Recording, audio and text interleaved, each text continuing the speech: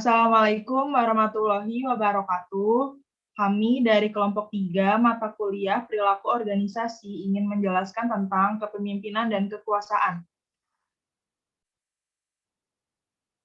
Berikut ada nama kelompok kami. Yang pertama ada Anissa Lestari, yang kedua Aziza Suci Pratiwi, yang ketiga ada Ivan Janjaya Silaen, yang keempat ada Lutfi Nurul Aziza, saya sendiri, yang kelima Muhammad Ramadhani, dan yang terakhir Ficha Ramadhani. Pengertian kepemimpinan.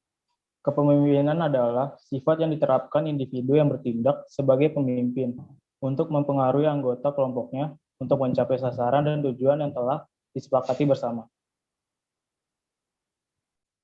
Pengertian kepemimpinan menurut para ahli. Menurut Stoner, kepemimpinan adalah sebuah proses dalam mengarahkan atau mempengaruhi kegiatan terkait sebuah organisasi atau kelompok demi mencapai tujuan tertentu. Menurut Wajo Sumijo, kepemimpinan merupakan kemampuan dalam diri seseorang dan mencakup sifat-sifat seperti kepribadian, kemampuan, dan kesanggupan. Kepemimpinan tidak dapat dipisahkan dari gaya, perilaku, dan kedudukan pemimpin, bersangkutan dan interaksinya dengan para pengikut serta situasi. Menurut Sondang P. Siagian, kepemimpinan dapat diartikan sebagai kemampuan seseorang saat menjabat sebagai pemimpin organisasi tertentu dalam mempengaruhi orang lain, khususnya bawahannya. Ini dilakukan supaya mereka mampu bertindak dan berpikir sesuai dengan arahan tertentu, supaya tujuan dapat tercapai dengan mudah.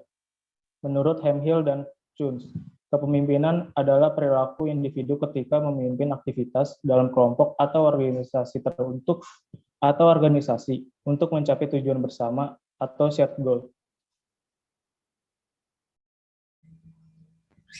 Teori-teori di dalam kepemimpinan. 1. Teori sifat, trait teori. Trait teori atau teori sifat adalah merupakan teori kepemimpinan yang berpandangan bahwa pemimpin adalah seseorang yang mempunyai kualitas dan karakteristik tertentu yang membedakan dengan yang bukan pemimpin. Dalam kehidupan nyata dapat ditemukan adanya orang-orang yang mempunyai sifat-sifat yang luar biasa. Mereka bisa datang dari pemerintah, politisi, militer, dan pengusaha yang luar biasa. Sering dipakai sebagai contoh adalah tokoh Margaret Thatcher, Nelson Mandela, Stephen Jobs, Rudolf Giuliani. Mereka menunjukkan percaya diri, berkeinginan kuat, ketegasan, karismatik, antusiastik, dan keberanian.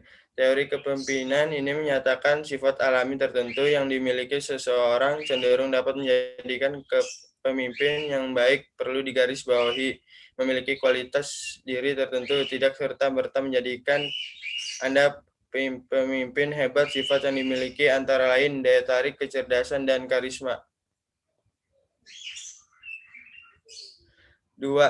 Teori perilaku. Behavior theory. Behavioral theories atau teori perilaku kepemimpinan tumbuh sebagai hasil dari ketidakpuasan terhadap trait theories atau teori sifat karena dinilai tidak dapat menjelaskan efektivitas kepemimpinan dan gerakan hubungan antara manusia. Teori ini percaya bahwa perilaku pemimpin secara langsung memengaruhi efektivitas kelompok. Pemimpin dapat menyesuaikan gaya kepemimpinannya untuk memengaruhi orang lain dengan efektif.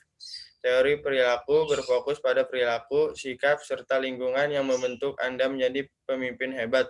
Salah satu konsep yang diterapkan dalam teori ini, pengkondisian, di mana Anda cenderung bertindak dan memimpin dengan gaya tertentu karena Anda meniru dari pemimpin sebelumnya atau dari lingkungan sekitar.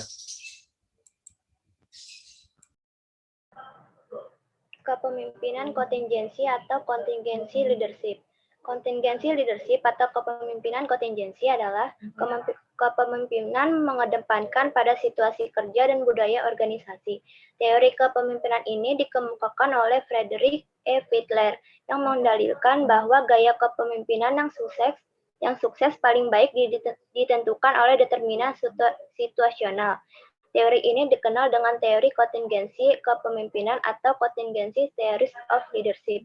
Kontingensi teori dinamakan pula sebagai situational teori. Teori ini menganjurkan bahwa efektivitas gaya perilaku pemimpin tertentu tergantung pada situasi. Apabila situasi berubah diperlukan gaya kepemimpinan yang berbeda, gaya kepemimpinan perlu disesuaikan dengan perubahan situasi. Teori ini secara langsung menantang gagasan bahwa hanya ada satu gaya kepemimpinan terbaik. 4. Teori sedang tumbuh. Masalah kepemimpinan berkembang sejalan dengan perkembangan suatu organisasi. Hal tersebut menarik minat dan pemikiran beberapa penulis tentang model kepemimpinan yang sesuai dengan zamannya. A. Charismatic leadership.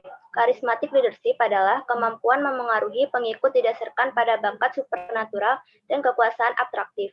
Pengikut menikmati bersama charismatic leader karena mereka merasa terinspirasi benar dan penting. B. Transactional leadership. Transactional leadership adalah kepemimpinan yang membantu organisasi mencapai sasaran sekarang dengan lebih efisien. Seperti dengan 17 menghubungkan kinerja pekerjaan pada penilaian reward dan memastikan bahwa pekerja mempunyai sumber daya yang diperlukan untuk menyelesaikan pekerjaan. Transactional leader menurut Bass mempunyai karakteristik sebagai berikut. 1. Kontigen reward.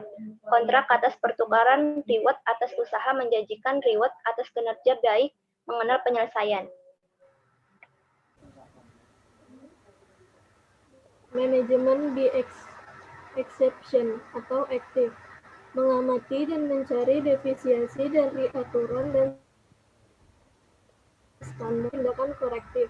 3. Manajemen the exception atau pasif. Campur tangan hanya dilakukan apabila standar tidak dicapai. 4. Laissez-faire.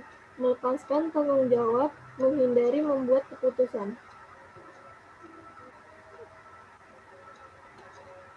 5. Isu-isu kontemporer dalam kepemimpinan. Isu adalah sebagai suatu konsekuensi atas beberapa tindakan yang dilakukan oleh satu atau beberapa pihak yang dapat menghasilkan negosiasi dan penyesuaian sektor swasta, kasus pengadilan sipil atau kriminal, atau dapat menjadi masalah kebijakan publik melalui tindakan legislatif atau perundangan menurut Ainsworth dan Meng. Sedangkan menurut Barry Jones dan Chase, isu adalah sebuah masalah yang belum terpecahkan yang siap diambil keputusannya. Isu merepresentasikan suatu kesenjangan antara praktik korporat dengan harapan-harapan para stakeholder. Berdasarkan definisi yang telah disebutkan di atas, isu adalah suatu hal yang terjadi baik di dalam maupun di luar organisasi yang apabila tidak ditangani secara baik akan memberikan efek negatif terhadap organisasi dan berkelanjut pada tahap krisis. Dan menurut Ainsworth dan Meng, isu berada dalam 4 tahap, yakni yang pertama, tahap permulaan. Pada tahap ini, tidak ada isu yang tampak, namun kondisi muncul dengan jelas yang berpotensi untuk berkembangnya menjadi sesuatu yang penting.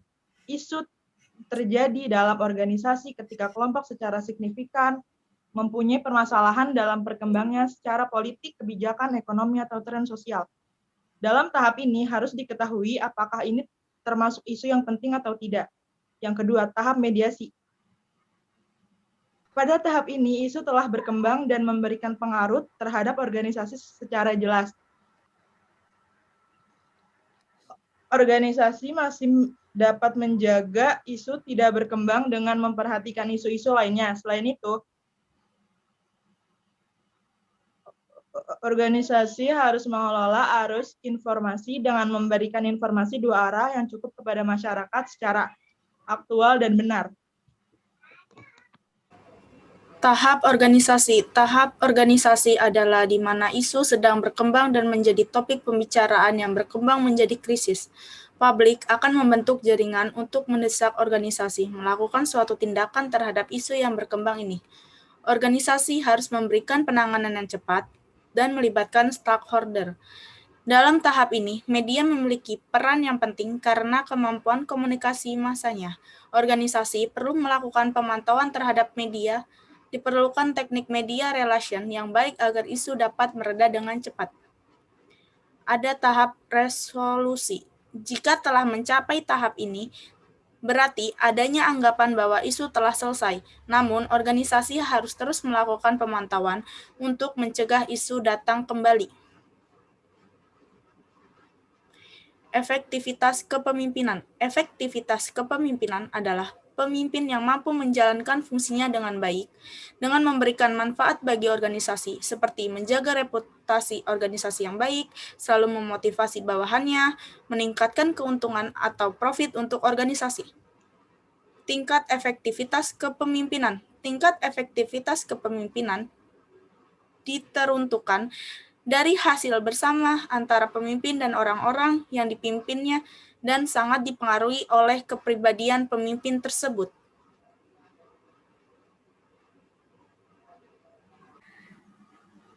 Sekian dari kelompok kami, kurang lebihnya mohon maaf. Wassalamualaikum warahmatullahi wabarakatuh.